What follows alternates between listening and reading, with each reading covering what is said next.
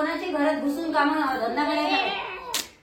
अरे आता शांततेनं काय तिथं काय भांडणं करत असतं. आपलं भांडणीत नाव एक नंबर रोशन आहे. होय ना, मग आपल्याला काय द्यायची करा लागते की द्यायला लागते. तर त्या बाईने माहितीये का आमच्या दुकानामध्ये शॉप लावलेला आहे. हॅलो फ्रेंड्स, तर तुम्हाला सांगतो आमच्या मागं कोणती साडेसाती लागलेली आहे ना हेच कळत नाही.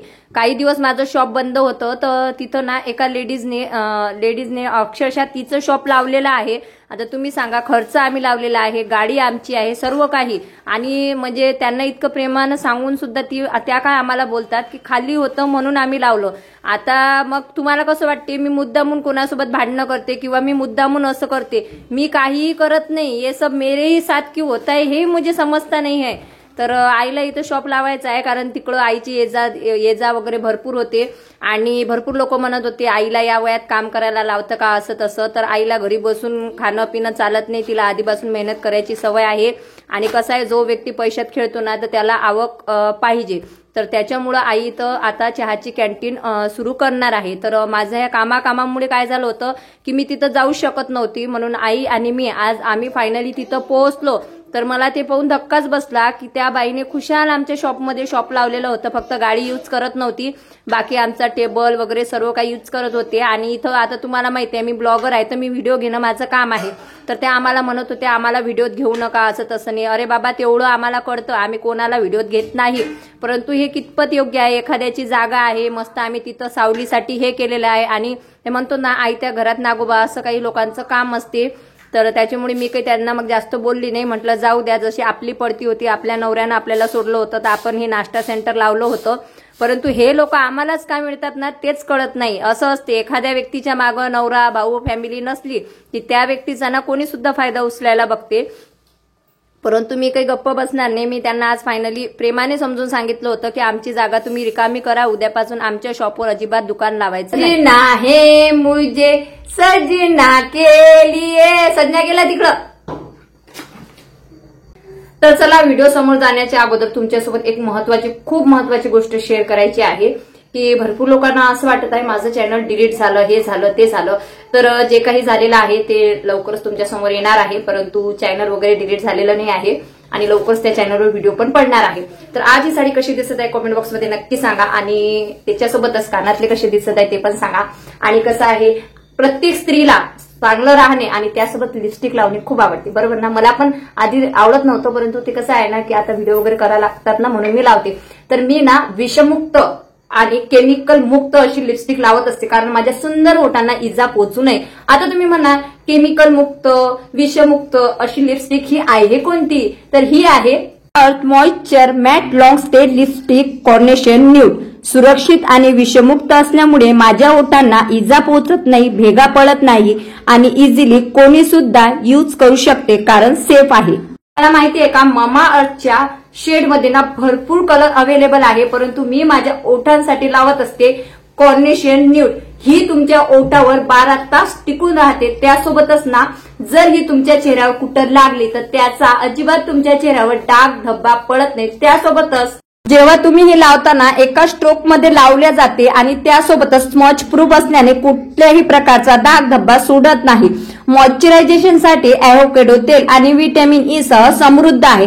तुमच्या ओठांना 12 तास हायड्रेट ठेवते, ते अजिबात कोरडे पडत नाही, टॉक्सिन फ्री आहे, मेड सेफ आहे आणि प्रत्येक जण इझिली यूज करू शकते. तर आता कुठेही जाताना जसं तुम्ही तुमच्या चेहऱ्याला मॉइश्चराईज करताना तसंच तुमच्या सुंदर ओठांना मॉइश्चराईज करा 12 तासासाठी. अजून एक गोष्ट, तुम्हाला जर ह्या सुंदर लिपस्टिकवर एक्स्ट्रा 20% डिस्काउंट पाहिजे असेल तर माझा कुपन कोड यूज करा SS2025. तो वैध आहे, जो ममाअर्थचे ऍप आणि वेबसाईटवरच लागू होणार आहे. ममाअर्थचे सर्व प्रोडक्ट हे प्लॅस्टिक पॉझिटिव्ह आहे. जेवढं प्लॅस्टिक ते यूज करतं ना त्यापेक्षा जास्त ते रिसायकल बिन सुद्धा करतं.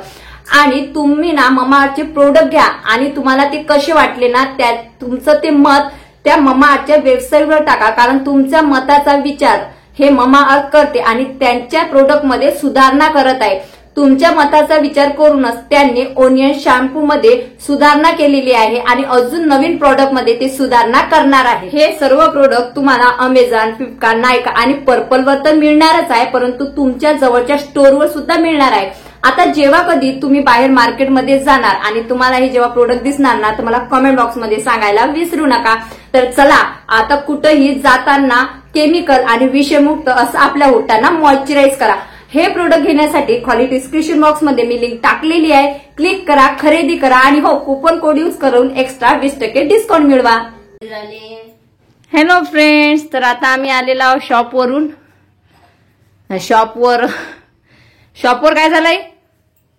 शॉप आपलं शॉप दुसऱ्यांनी घेतलं, न विचारता तिथं शॉप टाकलं.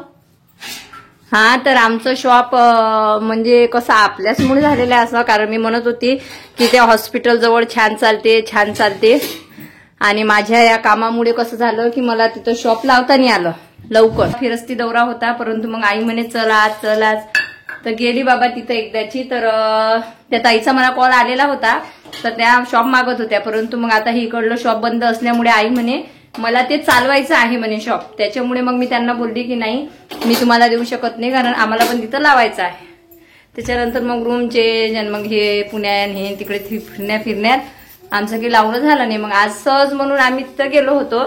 तर ज्यांनी तिथं चहाची स्टॉल लावली होती ना, तर ते सर्व आमच्याच जागेचा वापर करत होते, म्हणजे सर्व तर ते पण न विचारता. मग मी त्यांना बोलली पण की बाबा तुम्ही न विचारता आमची जागा कशी काय यूज केली असं तसं.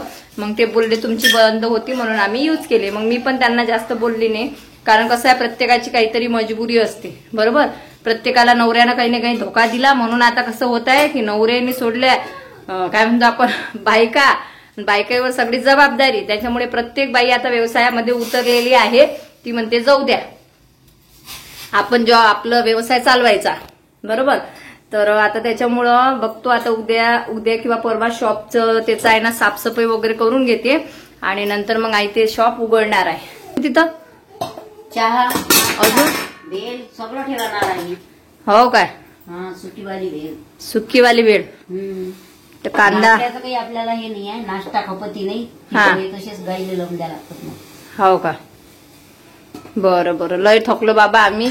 अर्धी सोडून एकच्या मागं धावायला पुरत नाही. हा, मग मी तुला तेच म्हणत असतो. आपला चहा करायचा आणि कुरकुरे चिप्स विकायचे, बिस्किट विकायचे, बस. कोरडा माल विकायचा, कोरडा. नुकसान भरपाई करायचं काम नाही.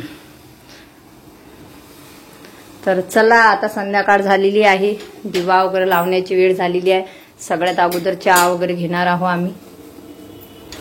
आता असं वाटलं की तिकडलं शॉप बंद आहे, आपण इकडे आहे. आईला तसं काही करमत नाही. म्हटलं चला आईला कॅन्टीन लावून द्या. तर तिथं एक गोंधळ झाला बाबा. आता जिथं तिथं काय वाद करत बसा, भांडणच करत बसा. एक तर आपलं नाव आहे डंक्यावर. कोणी म्हणते तुम्ही भांडता, परंतु असे लोक आमच्या आयुष्यात येतात म्हणून आम्हाला भांडावं लागतं. नाही तर आम्हाला म्हणजे शौक नाही आहे भांडणं करायचा. आम्हाला तर असं वाटतं प्रेमानेच वाद मिटला पाहिजे. आता एवढं सांगूनही त्या लेडीजने पुन्हा आमच्या मध्ये शॉप लावलेला आहे. त्याच्यामुळे आई मग अजून चिडली. आई, आपल्या दुकानावर कब्जा केला ना दुसऱ्या लोकांना. असं कसा केला? तुला दाखवलं ना काय? त्या बाईनं आपल्या दुकानावर हे लावलं. बरं, हे लोक आपल्यालाच कोण भेटतात जाती आपल्या मागे 7.5 शेणी लागलेला आहे ना. कोणाला आपल्यासोबतच खेटे घ्या वाटते, कोणाला आपणच कोण गोड लागतो. आपण त्याची शत्रू आलो. जो तो आम्हाला त्रास द्यायला आम्हालाच भेटते. आमच्या जो शॉप होता तर तिथं एका बाईने, तिला पण आवश्यकता आहे, परंतु लोक खोटं. मग कोणाच्या घरात घुसून काम धंदा करायचा. अरे आता शांततेनं काय तिथं काय भांडणं कसं असतं. आपलं भांडणीत नाव 1 नंबर रोशन आहे. होय ना, मग आपल्याला द्यायची करा लागते की द्यायला लागते. तर त्या बाईने माहिती आहे का आमच्या दुकानामध्ये शॉप लावलेला आहे. आता आज आम्ही जाणार आहे आणि त्या शॉपची क्लिनिंग वगैरे करून घेणार आहे. मग उद्यापासून आई शॉप लावणार आहे, बरोबर. हा, होय. हो म्हणणं. मग तू पण येत जा. हा, तू पण येत जा तिथं. बरं, मी तर शक्तिमानच सगळंच करू शकतो मी. तू मग हॉस्पिटलमध्ये चहा घेऊन जातो ना, गाडी सोडून कशी काय जाणार? मी हॉस्पिटलमध्ये जात जाऊ. आणि हा याले पाहायला सांभाळायला आला मी पोलीस. तू पोलीस? बरं.